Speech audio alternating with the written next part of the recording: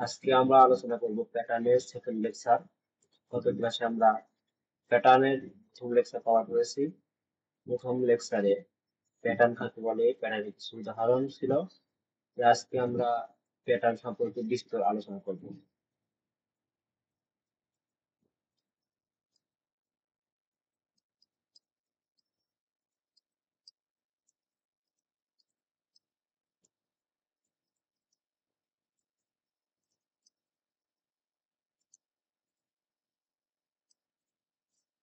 প্রথমে আমরা জানবো স্বাভাবিক সংখ্যা প্যাটার্ন।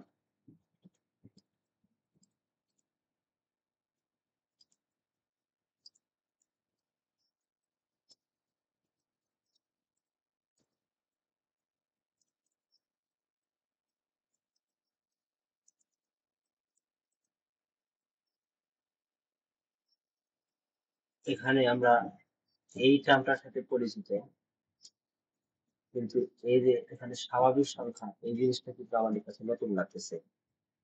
এই জিনিসটা আসলে কি, এই জিনিসটা এখন আমরা জানবো। আর স্বাভাবিক সংখ্যা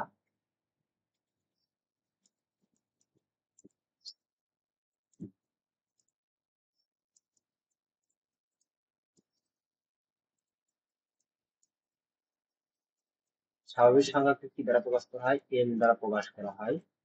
আর আদিমকালে মানুষ গণনা করার জন্য স্বাভাবিক সংখ্যার মাধ্যমে গণনা করত। আর কাকে বলে? স্বাভাবিক সংখ্যা হচ্ছে সকল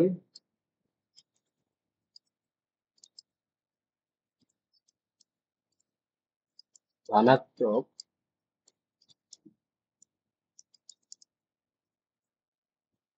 পূর্ণ সংখ্যাকে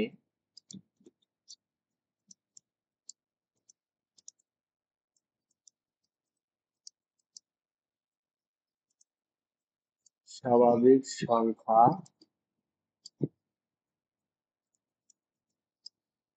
বলে।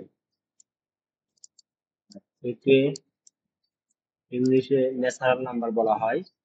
আর ন্যাচারাল নাম্বারের শর্ট ফর্ম এন দ্বারা প্রকাশ করা হয়। তাইলে এখন উদাহরণের সাথে যদি দেখতে যাই, 1, 2, 3, 4, 5, 6 dot dot dot dot dot. এটি কি? এটি একটি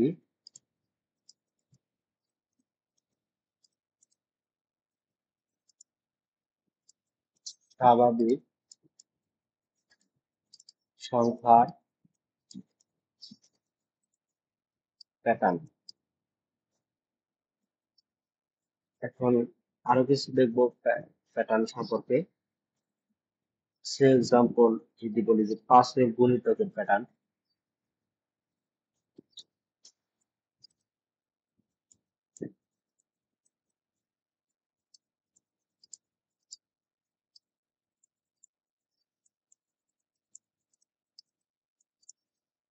তাহলে এটা কিভাবে হবে? এটা প্রথম হবে এভাবে, দেখুন 5 গুণন 1 সমান সমান কত হবে? 5 গুণিতক যেহেতু বলছে 2, 5 গুণন 10, 5 গুণন 3 15, 5 গুণন 4 20, 5 গুণন 5 25, 5 গুণন 6 30। এভাবে চলতে থাকবে। আর এটা একটা কি? পার্সের গুণিতক।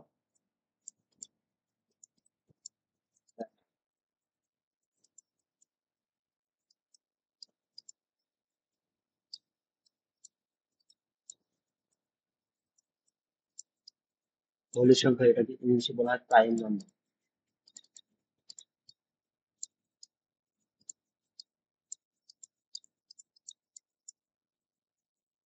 মৌলিক সংখ্যা কাকে বলে?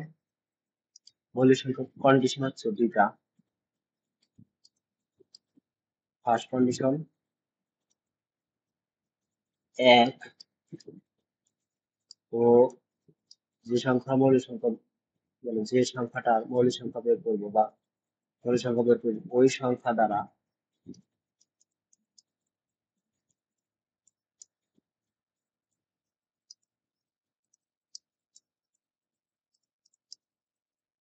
শেষে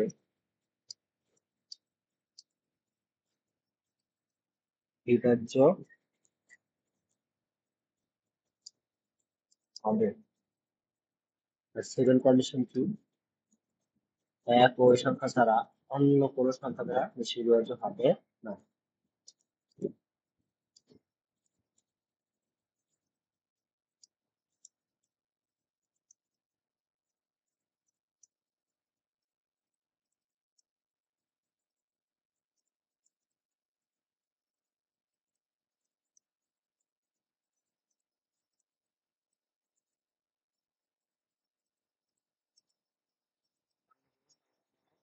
ওই সংখ্যাটা যে সংখ্যা মূল সংখ্যা বের করবো ওই সংখ্যা বিভাজ্য হবে না।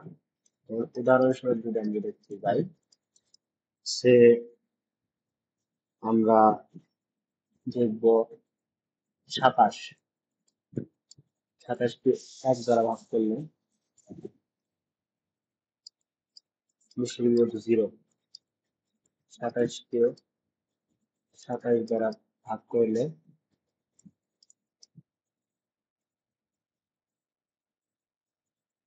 সরি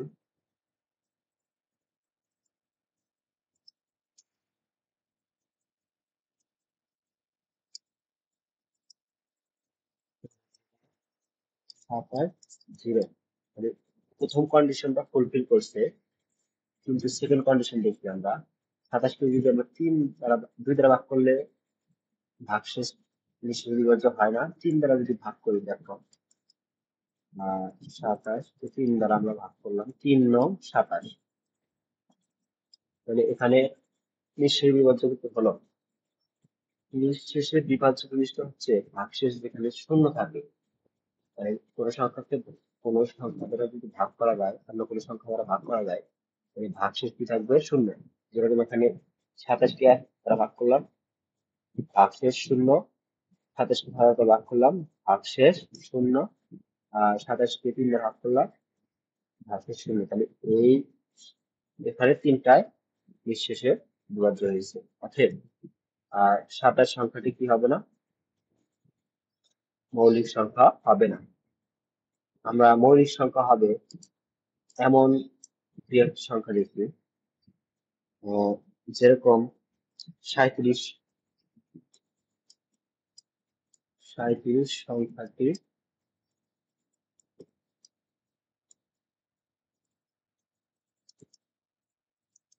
মৌলিক সংখ্যা কিনা যাচাই।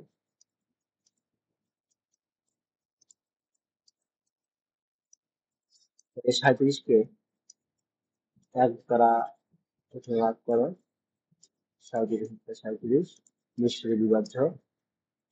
37কে এবার 37 দ্বারা ভাগ করো,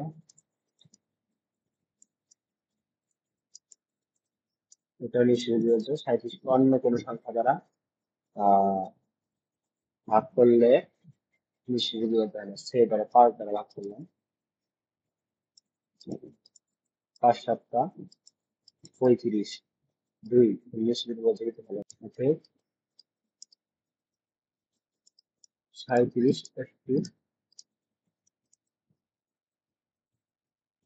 মৌলিক সংখ্যা।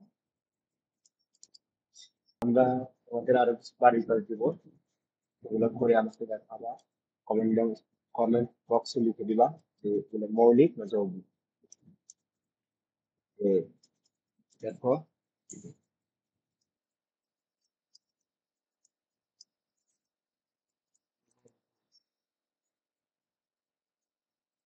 সতেরো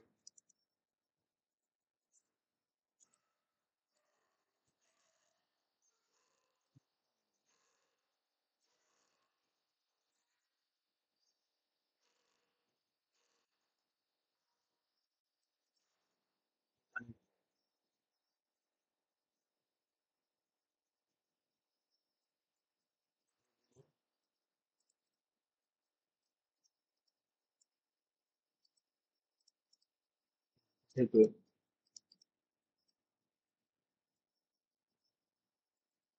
মৌলিক সংখ্যা বাছাই করো।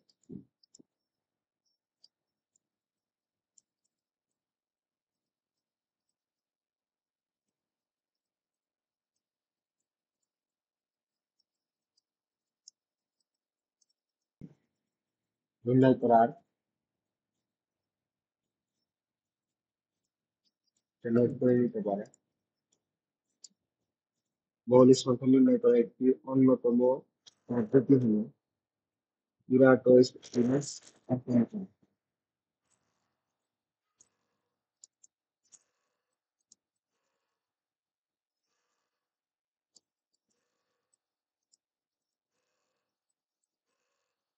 This সকলের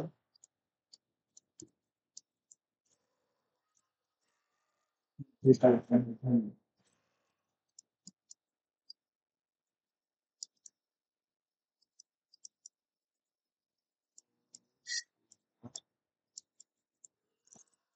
সংখ্যা শ্রেণী নির্দিষ্ট সংখ্যা নয়।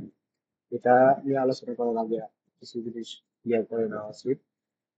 তোমরা 9 10 ধারা সম্পর্কে বা সিরিজ সম্পর্কে পড়বা, সেখানে সমান্তর ধারা এবং গুণোত্তর ধারা ধারাগুলো নিয়ে বিস্তর আলোচনা করা হয়।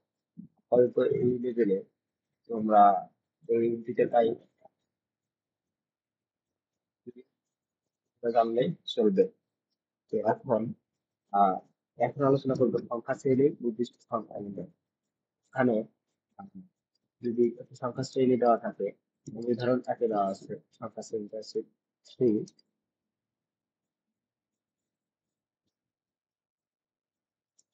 10, 70,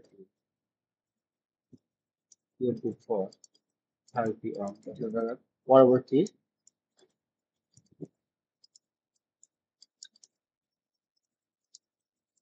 দুটি সংখ্যা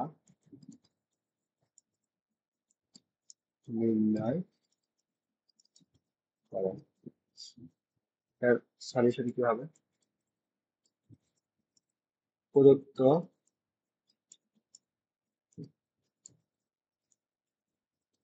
সংখ্যা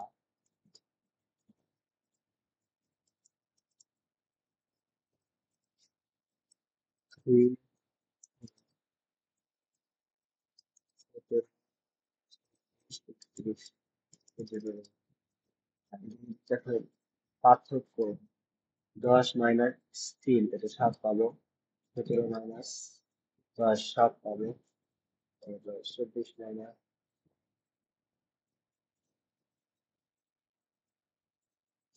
7 পাবো। 30, 7 মাইনাস 24, 7 পাবো। তো এটা কিন্তু পার্থক্য কত?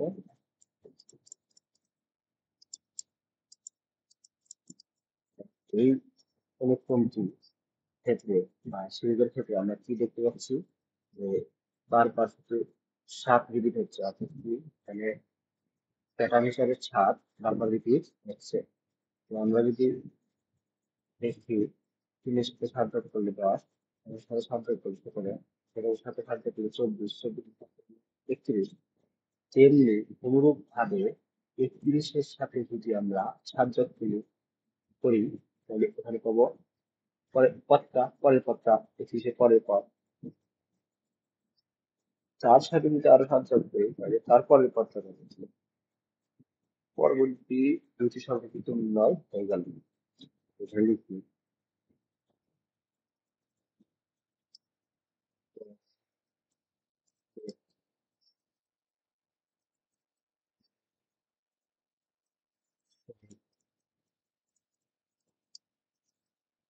31 যোগ 7।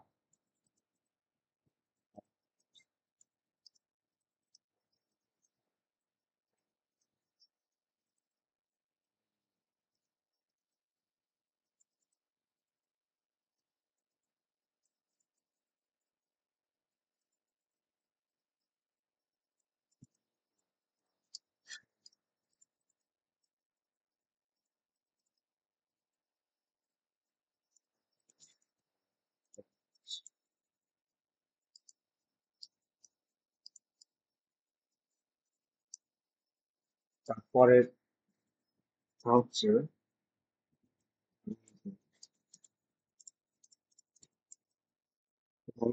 সংখ্যাগুলো পরবর্তী সংখ্যা।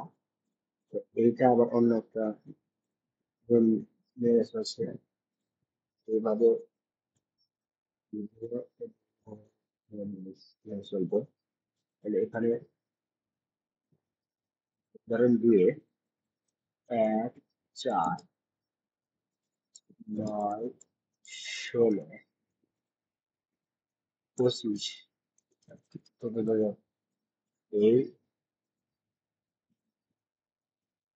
সংখ্যাগুলো পরবর্তী দুইটি সংখ্যা উন্নীত করেছে। এখানে এই দুইটার মধ্যে পার্থক্য 3, এই দুইটার মধ্যে পার্থক্য 5, এই দুইটার মধ্যে পার্থক্য 7, এই দুইটার মধ্যে পার্থক্য 9। এখানে দেখো এর সাথে 3 যোগ করলে এটা আসবে, এটার সাথে 5 যোগ করলে এটা পাবো, এটার সাথে 7 যোগ করলে এটা পাবো, এইটার সাথে 9 যোগ, এটার সাথে 9 যোগ করলে 25 পাবো। তাহলে এখানে এই যে এদের মধ্যে পার্থক্য পাবে না, এদের মধ্যে আবার পার্থক্য 2 করে, যেমন পার্থক্য কত 2, তাহলে 2 করে যোগ করে 3 এর সাথে 2 করলে 5, 5 এর সাথে 2 যোগ করো তাহলে 9, 9 এর সাথে 2 যোগ করো তাহলে 11 আসবে। অর্থাৎ এই সংখ্যাটা আর এই সংখ্যাটা 11, আর এই সংখ্যার সাথে এই সংখ্যা 13, এবং 2 যোগ করতে হবে। পরবর্তী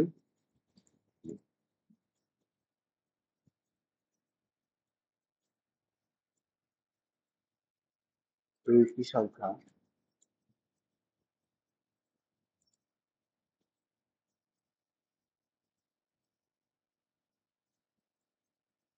25 যোগ 11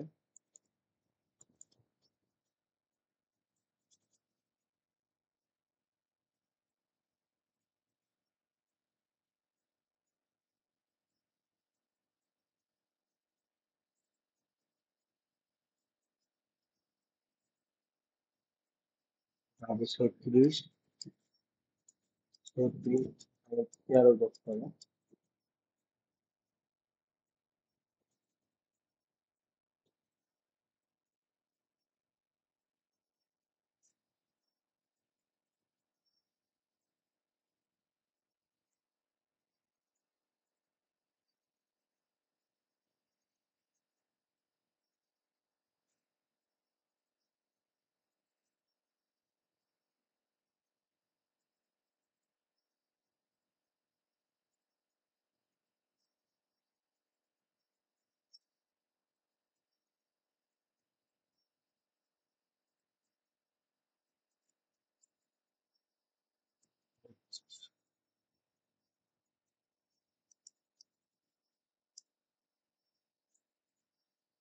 উদাহরণ 3টা তোমরা করে নিবা, এটা একই রকম সেম প্রসিডিউর।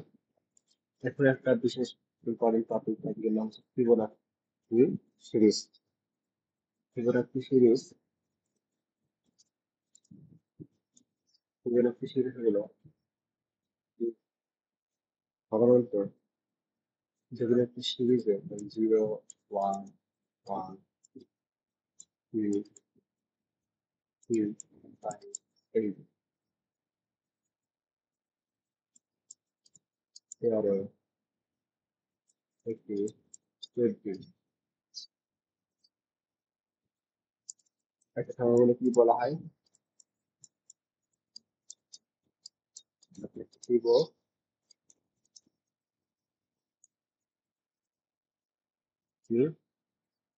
সংখ্যা বলা হয়। ফিবোনাচি সিরিজ বলা হয়। কিভাবে দেখো, ফিবোনাচি নিয়ম 0, 1, 1, 2, 3, 5, 8, 13, 21, 24। এখানে ফিবোনাচি সিরিজের যে কোনো দুইটি পদের যোগফল পরপদে যোগফলের পদে পদটা আর কি, 3 যোগ 1 সমান কত পাবো? পাবো হচ্ছে 1।